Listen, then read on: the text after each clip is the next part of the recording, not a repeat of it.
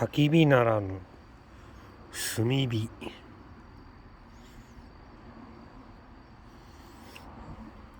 ああ、今頃炭にね着火したけんね。おっそ。焼肉の時は不調やったんだけど。でこれ食ってます。なんかスーパーにある安いやつ。きたー、うまい。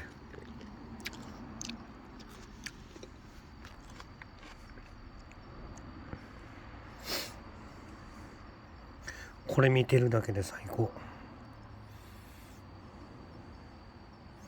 これ見てるだけで最高。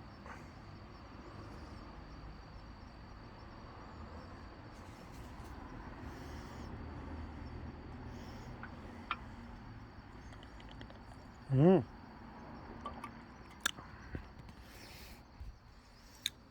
ちょっと暗いな。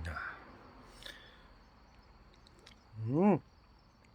来たー。